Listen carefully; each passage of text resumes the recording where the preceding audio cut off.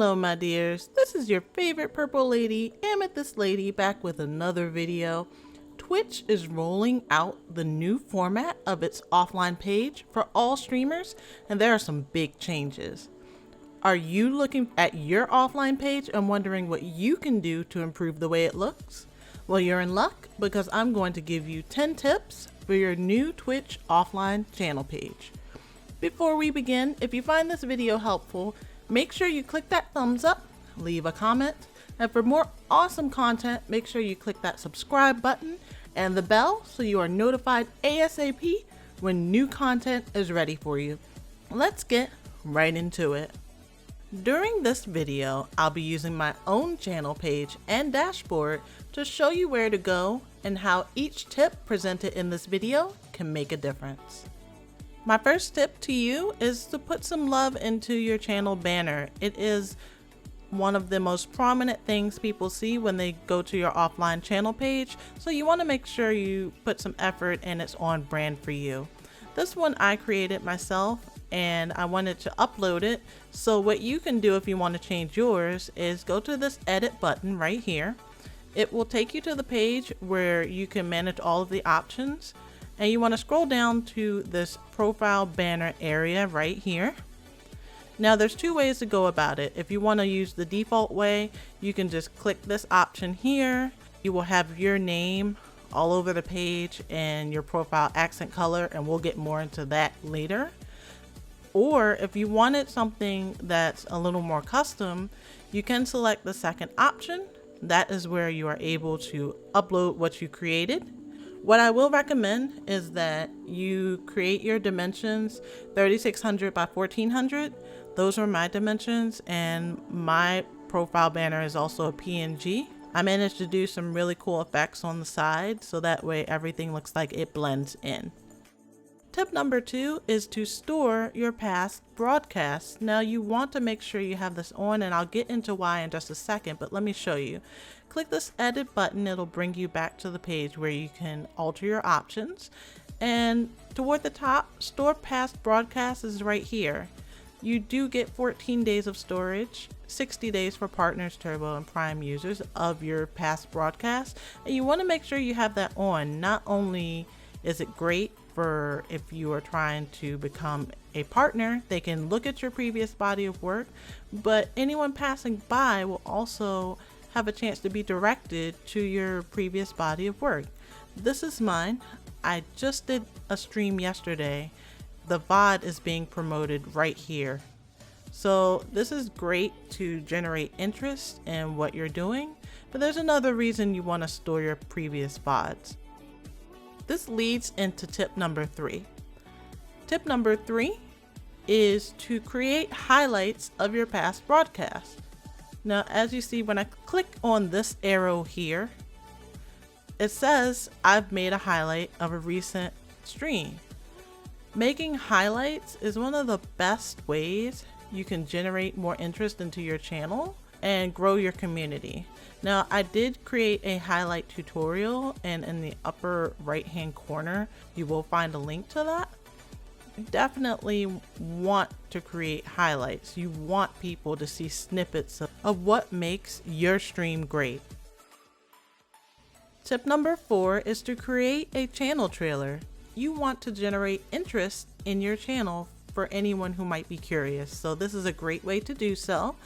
This is my channel trailer, and once again, I click on this edit button.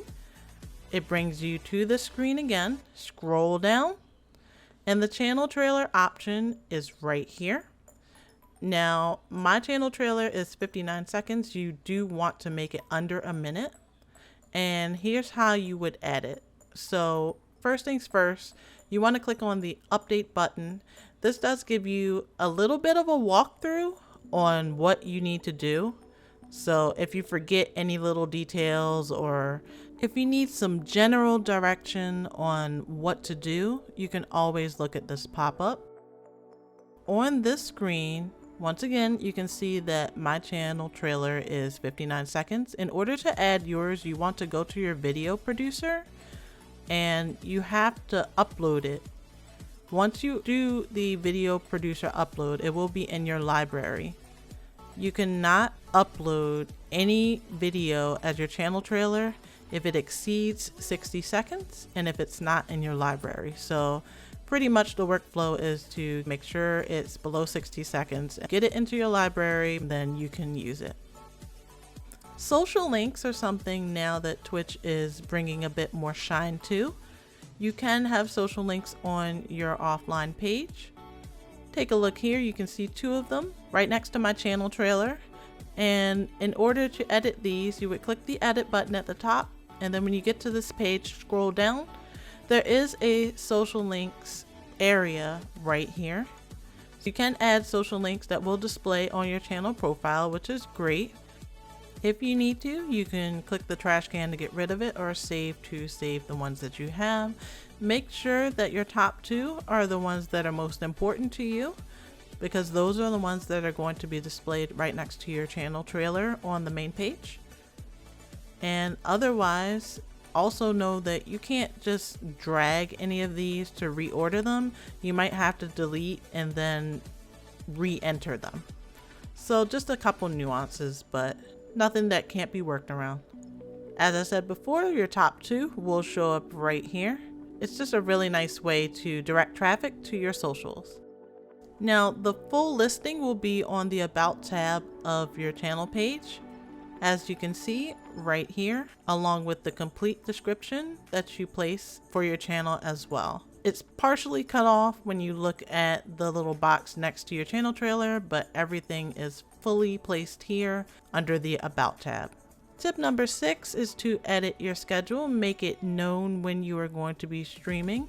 In order to do this, you want to click on the edit button toward the top of your offline channel page, and then you would scroll down. The stream schedule area is right here. It will represent pretty much generally when you'll be on. The time zone is localized, so your viewers will see the schedule in their own time zone. That's a very nice thing. And you just want people, once again, to be able to know when they can catch you to help grow your community even more. My schedule is Tuesday, Wednesday, Thursday, starting at 2 p.m. As you can see, I don't have an end time. You do not need to put an end time, but if you generally put a start time, even that can be enough to show consistency. There's also a vacation mode, so if you do go on vacation, you can toggle this on and off. Let me show you here. You would click on the schedule tab. Another thing I really like about this feature is if you do have previous VODs from the previous days that you've scheduled, then it will show those VODs in the time slots. So that's a really nice way to help promote your content as well. And it'll show credibility to your schedule. It'll show people when they look at it, hey, I really do stream at this time. You can come watch me. So I really like this feature, and I really think that you should take advantage of it.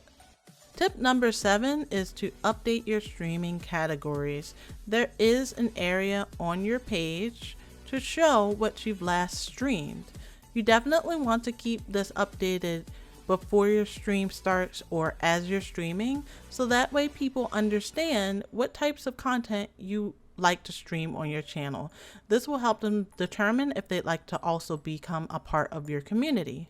In order to edit this, click on that edit button, and when you get to the page, there is a recently streamed categories area. You can show or hide any categories that you've streamed that are going to best accommodate what types of content you want to be known for on your channel page. Tip number 8 is to adjust your profile accent color. As you can see right here, I do have some hints of purple here and there. That's not by accident. That is actually because I want people to see that accent color, which is on brand for me.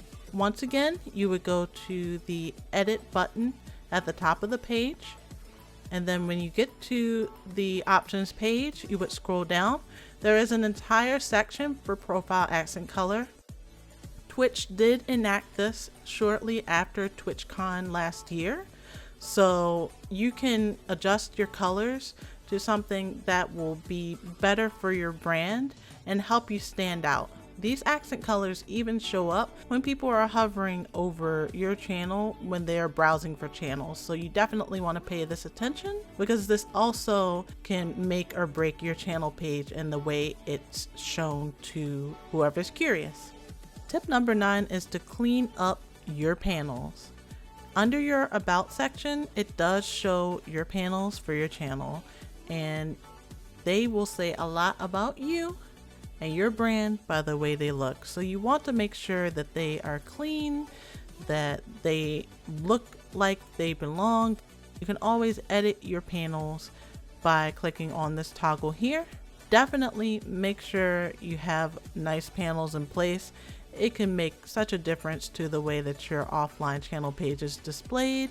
And even if you're trying to be taken more serious about doing content in Twitch, how seriously people take you. Finally, tip number 10 is that you can customize your layout on your videos page. As you can see, this is my videos page. I have different playlists, so to speak. It looks very similar to YouTube, and it's a nice way to bring shine to content that you want people to definitely notice more than others. In order to do so, you would click on this button here, and then you would click this add button. If you already have your content separated into collections, then all you would need to do is choose what collection you want to add and click that add button. So this is how I was able to get my Legends of Runeterra content and my Mortal Kombat 11 content and my Overwatch content into separate panels. The ones that you've added, you can edit those or remove them. The ones that are there by default, you cannot remove. And of course, there is also this refresh button here that you are able to click on to refresh the content if you need. Let's say you have something that isn't appearing for some reason. There you go, that should solve it. Here's a bonus tip. If you don't know how to make a collection, you click on your icon in the upper right hand corner. You go to Video Producer and then click on the 3 dots here, the 3 vertical ones. Click Add to, Collections, and then you can create your collections right here. If you need to get back to your offline channel page to continue editing, all you would do is click on your icon in the upper right hand corner again and click Channel.